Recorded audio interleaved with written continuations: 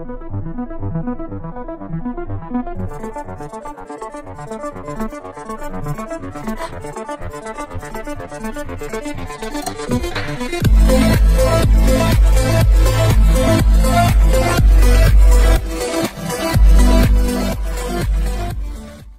les amis, je vous montre juste le système de fumage.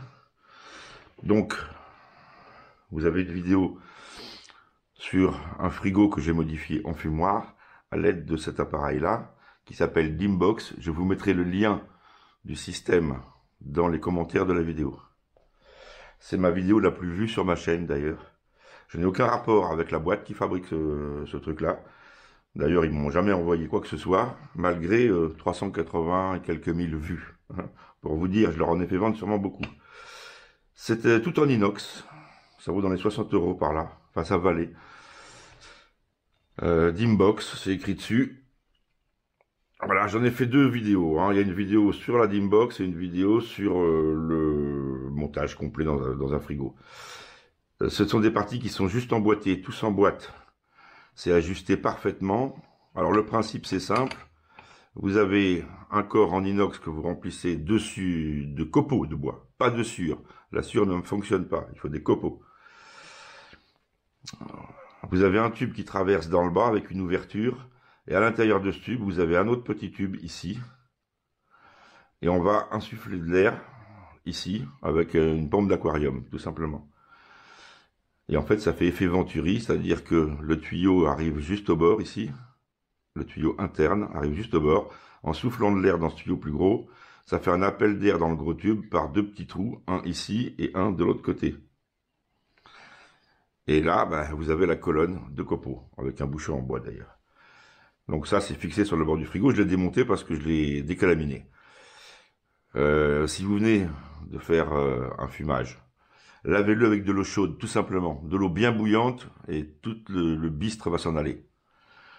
Si, au bout de plusieurs fumages, vous le laissez comme ça, ça finit par faire de la calamine.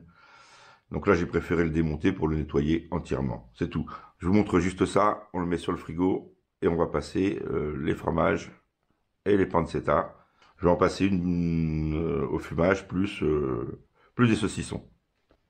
Je vais peut-être rajouter quelque chose. Peut-être fromage, peut-être une salade, peut-être... vous verrez.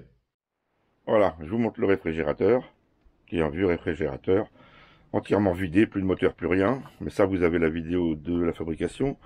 Le système du moteur, c'est moteur d'aquarium, petite pompe d'aquarium. Bon, c'est une 2 sorties avec un débit réglable ici, un tuyau silicone. Voilà. Alors l'intérieur, comme vous pouvez le voir, vous avez vu, ça noircit très vite.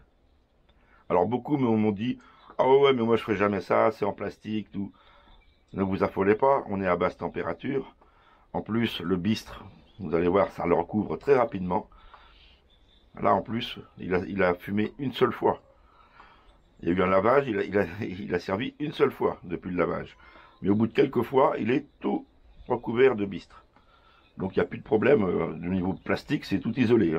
Et de toute façon, on est à basse température. Donc, il n'y a aucun problème avec le plastique du frigo.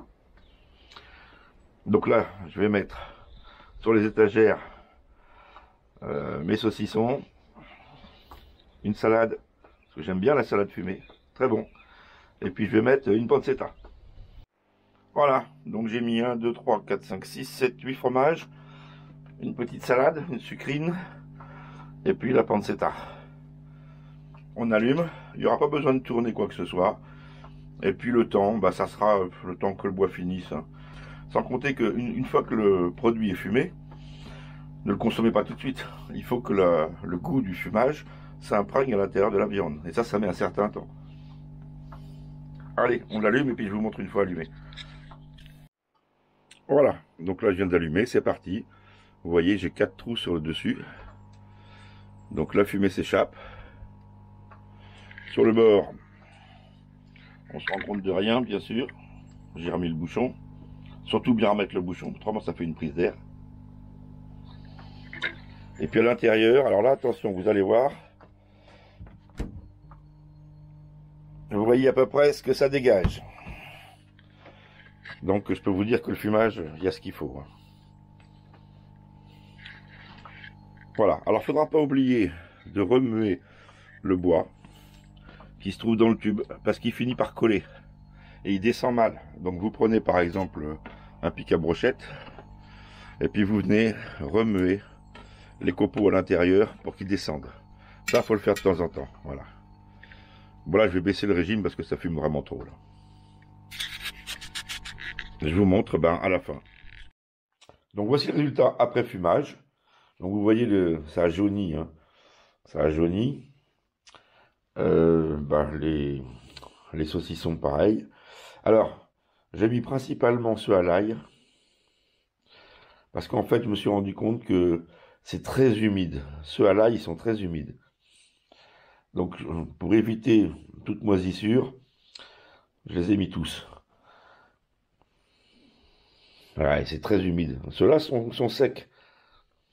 Mais tous ceux que j'ai fait avec de l'ail, qui était de la déshydratée, hein, ils ont pompé l'humidité de la viande et c'est tout humide dessus. Donc voilà, j'espère que ça va le faire. Bon, de toute façon, la fumée conserve, hein. Donc normalement, je pense qu'en les fumant, il ne devrait pas y avoir de moisissure. Mais c'est peut-être pas une chose à faire de mettre de l'ail par-dessus. On verra. Alors pour le temps, hein, j'avais dit ouais, 3/4 d'heure, 1 heure, suivant ce que ça doit donner. En fin de compte, j'ai été pris par d'autres affaires. Et puis en fin de compte, je les ai fait fumer 3 heures. C'est-à-dire que j'ai vidé le contenant de copeaux. Tout y est passé. Et puis j'ai laissé 3 heures. Donc on verra ce que ça donne. Alors par contre, la salade, parce que j'adore la salade fumée comme ça, mais je l'avais jamais fait dans mon fumoir. J'ai toujours fait sous cloche ou dans un récipient, avec un tout petit fumoir microscopique là, qui fonctionne avec une pile, il y a un petit ventilateur, on met la valeur d'un dé à coudre et on fume à l'assiette presque. Alors ça c'est génial, ça marche très bien en plus. Là je peux vous dire un truc, je ne l'ai pas laissé longtemps bien sûr, hein. La salade je l'ai laissée à peine 1/4 d'heure. Je vais presque dire qu'elle est immangeable tellement c'est fort. Alors bon, elle n'est pas perdue parce que je vais couper où c'est jaunasse, hein. Vous voyez, ça a bien bruni. Et alors c'est d'une puissance, c'est beaucoup trop fort au niveau fumage. Donc je vais enlever ce que je peux, je verrai si je peux consommer ou pas. Mais quand j'ai goûté, vous voyez, j'ai mangé un bout là, immangeable, tellement c'est fumé. Voilà. Donc là, avec une journée de repos, en enlevant le dessus, peut-être que ça peut le faire. Bon, je ne referai pas dans le fumoir de la salade, ou alors il faut la laisser 5 minutes à tout casser, hein. Voilà, donc maintenant je vais mettre au réfrigérateur, je vais vous montrer. Donc voilà, nous sommes dans mon réfrigérateur. Alors c'est un réfrigérateur que j'utilisais pas, hein, parce que beaucoup trop gros pour moi, maintenant que je suis tout seul, pas besoin d'un grand réfrigérateur comme ça. Donc bon, maintenant je le réutilise parce que je l'ai réallumé. Je me suis réservé l'étage supérieur et j'ai tout sorti de mon autre petit frigo congélateur qui fait 42 litres total. Il consomme 3 fois rien par rapport à celui-ci. Donc ici, nous avons les non fumés. Alors j'ai pas trouvé suffisamment de grilles, j'en avais des grilles. Parce que là, nous sommes sur des étagères en verre, donc il y a une mauvaise communication. Alors, il y a bien des ventilations partout. Le problème, c'est que ça passe pas à travers, quoi. Si je pose un saucisson sur les plaques de verre, il sèche mal. Il aurait fallu des grilles comme ça. Donc sur les grilles, il n'y a pas de problème, hein, l'air passe partout. Alors j'ai trouvé la solution, parce que j'en avais des grilles, mais elles n'étaient pas tellement propres, des grilles métalliques, j'ai pas trouvé, j'ai des grilles inox, mais elles sont trop grandes, elles logent pas à l'intérieur. Comme j'ai pas envie de les couper, voilà. Donc j'ai trouvé la solution de les mettre dans des plats, puis de les mettre sur champ. Maintenant qu'ils sont assez fermes, on peut les mettre sur champ, puis de temps en temps, voilà, je leur fais faire, je les tourne un petit peu. Voilà, bon là il y en a une autre, hein, l'autre pancetta. En bas vous avez pancetta qui est ici, la pancetta qui a été fumée. Et puis ici, en bas, ce sont tous les saucissons qui ont été fumés. Voilà. Donc en haut c'est du non fumé, en bas tout est fumé. Voilà. Alors maintenant vous vous doutez bien que nous sommes dans la vidéo 4/5. Et je pense que vous avez deviné que la vidéo 5 sur 5, ben, il va falloir attendre. Il va falloir attendre environ un mois.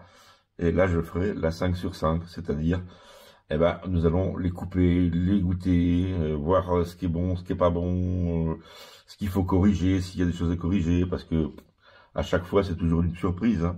Voilà. Donc, la 5e vidéo sera consacrée à la dégustation, tout simplement. Mais il va falloir être un petit peu patient. Maintenant, eh ben voilà, ça va rester là pendant au moins un mois. Alors après, on verra, les saucissons vont être beaucoup plus secs que les pancetta. Ça mettra moins de temps pour les saucissons, forcément. Bon, allez, je referme. Et puis, les amis, eh ben, une prochaine vidéo. Et là, on va parler vélo électrique. On va parler carabine. On va parler de choses totalement différentes.